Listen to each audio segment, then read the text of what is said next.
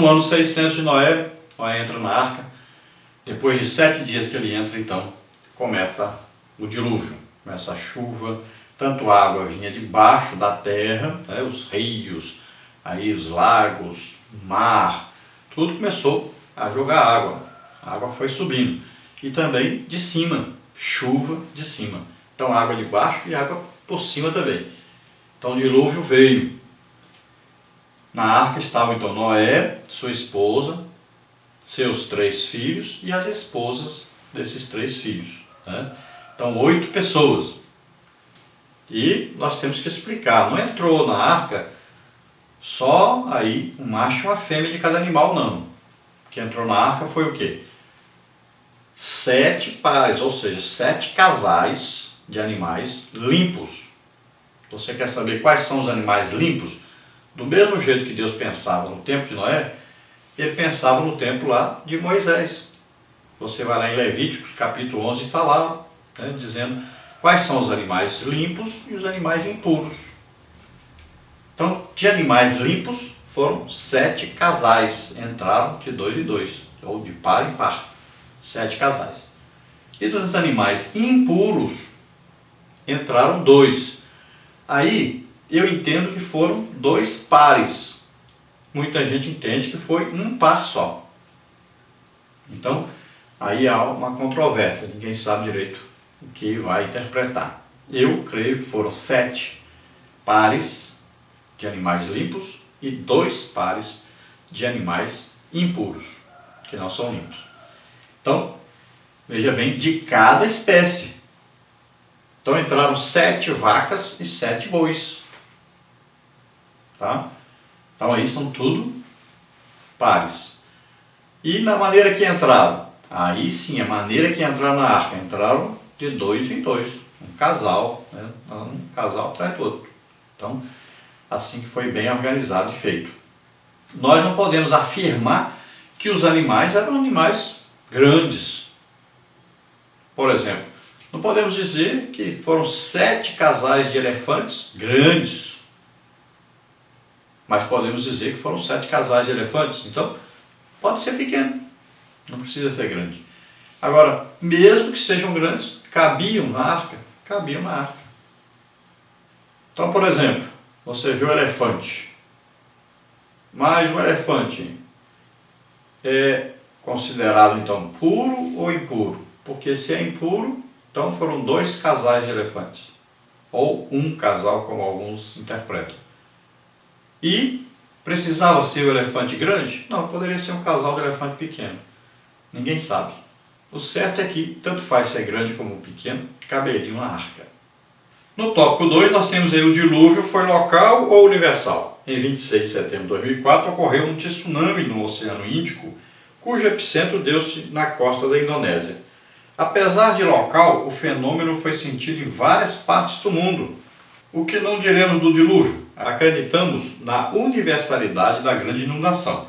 A narrativa bíblica é bastante clara, que as águas prevaleceram excessivamente sobre a terra e todos os altos montes que havia debaixo de todo o céu foram cobertos. Gênesis 7:19. Então veja bem, há aí uma controvérsia porque o mundo habitado não era um mundo habitado como hoje, não era todo mundo que era habitado. Então pode ser que o dilúvio tenha sido aí só no mundo habitado naquela época, só no mundo que tinha animais e pessoas? Pode ser? Pode. Mas a narrativa bíblica parece indicar que foi sobre todo o mundo mesmo. O mundo inteiro. Agora, dizem que não há prova aí de que houve vida marítima em algum lugar e tal. Mas veja bem, foi só o dilúvio durante 1 ano e pouquinho. Depois as águas baixaram. Não foi aí um dilúvio que durou aí 100 anos de água sobre a terra. Não. Foi 1 ano e pouco só. Então, não precisa ter prova de vida marítima em todos os locais da terra. Que a água subiu e depois baixou. Não ficou tempo grande. Então, veja bem. Nós preferimos acreditar, então, que foi do jeito que está escrito na Bíblia. Toda a terra, todos os montes da terra foram cobertos. Pronto. Esse monte, lá onde a arca tocou, o Monte Ararat, ele tem por volta de 5.000 metros, um pouquinho mais, até chegando até 300 e pouco, 5.300 e pouco. Então, é um monte bastante alto, mas dava para cobrir toda a terra? Não, mas ali diz que tocou quando a arca estava baixando. Não quer dizer que a arca só chegou até ali, não. Alguns dizem, os cientistas, estudiosos, dizem que não haveria água suficiente na terra para cobrir o Monte Everest, por exemplo. Mas veja bem, quem criou a terra? Quem fez tudo isso? Não foi Deus? E não diz que as águas, tanto as de baixo como a chuva que vinha de cima, que foram usados? Então veja só, para Deus não é nada impossível. Então, se diz que cobriu toda a terra, pronto, nós acreditamos. Parte 4. O juízo de Deus. Os contemporâneos de Noé tiveram mais de um século para se arrependerem e voltar para Deus. Fizeram-se, porém, surdos à proclamação do juízo divino. Então, na parte 4, o juízo de Deus, temos aí tópico 1, um juízo universal, tópico 2, o juízo divino no inferno. No tópico 1, então, um juízo universal. A inundação foi universal, como universal foi o juízo divino sobre a terra. O relato bíblico é impressionante e preciso. E expirou toda a carne que se movia sobre a terra, tanto de ave como de gados e de feras, e de todo réptil que rasteja sobre a terra, e de todo homem. Gênesis 7, 21. Apenas Noé e a sua família, bem como os animais que se encontravam com eles na arca, foram preservados. A geração de Noé teve tempo para ouvir sua mensagem e ver a arca sendo construída, mas não deu ouvidos à pregação e ao trabalho daquele servo de Deus e foi destruída. O pior juízo, contudo, achava-se no além. Então veja bem, isso é mais uma prova de que o dilúvio então foi universal, porque morreram todos os animais e também as aves que estavam sobre a terra. Animais, répteis, os pássaros, todos morreram. Só não morreu quem estava na arca. Dos animais, todos que vivem sobre as águas, só não morreram aqueles que estavam dentro da arca. Veja só, é mais uma prova, Então a Bíblia diz que foi universal, então nós acreditamos que foi universal, que foi no mundo inteiro. Então durante aqueles 100 anos, as pessoas viram Noé construindo a arca, ouviram Noé falando e não acreditaram e sofreram o juízo devido a isso. Imagine aí, quando Noé estava construindo a arca, que ele foi falando e as pessoas brincavam, aí Noé terminou de construir a arca, a chuva começou, e o que aconteceu? As pessoas começaram, olha, está chovendo. Depois disseram, olha, a chuva está pesada, está muito grande.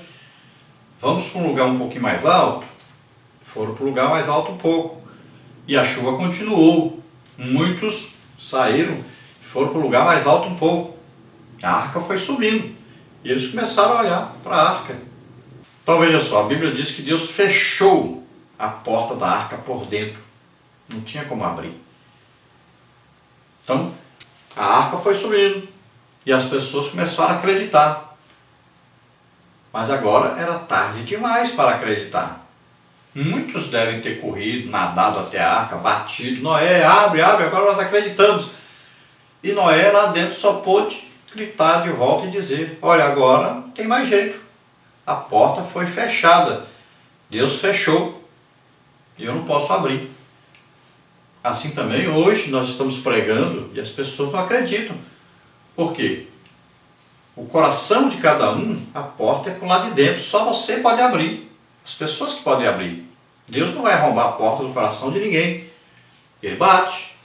Ele diz, eis que estou à porta e bato. Se alguém ouvir a minha voz e abrir a porta, eu entrarei em sua casa, cearei com ele e ele comigo. Agora o que acontece? No dia que houver o arrebatamento da igreja e o juízo de Deus for derramado sobre a face da terra, então as pessoas vão dizer também, agora eu acredito, mas aí será tarde demais. Veja que as pessoas vão desejar até morrer e Deus não vai permitir. Ele vai dizer, agora a porta é para o lado de dentro aqui, quem abre é só eu. Você não trancou a porta para mim? Agora a porta está trancada para você. Então, durante o juízo de Deus sobre a terra, as pessoas vão ver, a igreja desapareceu. Quem conhece qualquer coisinha, um pouco da Bíblia, vai lembrar, olha bem que eles diziam, que Jesus vinha buscá-los. Quantos desviados vão dizer, agora acredito, eu quero ir. Mas Deus vai dizer, mas a porta agora está fechada. Você vai passar pelo juízo. Você vai ter que aguentar aí o juízo sobre a face da terra. Vai ter que dar a vida para ser fiel e ainda alcançar a salvação. Mas vai sofrer muito. Avisado foi. Tanto aqueles que já foram crentes, como aqueles que nunca foram. Mas a pregação do Evangelho chegou até eles. Então avisados foram. Então hoje Jesus está batendo a porta do coração de cada pessoa, dizendo, abre, eu quero entrar, deixa eu entrar. Eu quero fazer você feliz. Eu quero salvar você. Quero livrar você do juízo. Então só você pode abrir a porta. Agora não passaram apenas por esse juízo aqueles que se afogaram ali no dilúvio. O juízo pior estava por vir, que é ir para o inferno sofrer eternamente. Tópico 2, o juízo divino no inferno. Não resta dúvida de que toda aquela geração pereceu e foi lançada no inferno, onde aguarda a última ressurreição, a fim de comparecer ao juízo final. Apocalipse 20, de 11 a 15. Eles sabem que isso acontecerá, pois o Senhor Jesus, no interlúdio entre a sua morte e a ressurreição, esteve no Hades, onde lhes proclamou a eficácia da justiça divina. Escreve o apóstolo Pedro, pois também Cristo morreu uma única vez pelos pecados, o justo pelos injustos, para conduzir-vos a Deus. Morto sim na carne, mas vivificado no Espírito, no qual também foi e pregou aos espíritos em prisão, os quais noutro tempo foram desobedientes quanto à longanimidade de Deus aguardava nos dias de Noé, enquanto se preparava a arca, na qual poucos, a saber 8 pessoas, foram salvos através da água. 1 Pedro 3, 18 a 20. A geração de Noé recusou-se a ouvi-lo, mas viu-se obrigada a escutar o Senhor Jesus, que, além de pregoeiro da justiça, apresentava-se agora como Rei dos Reis e Senhor dos Senhores. Sua pregação não era redentiva, mas vindicativa.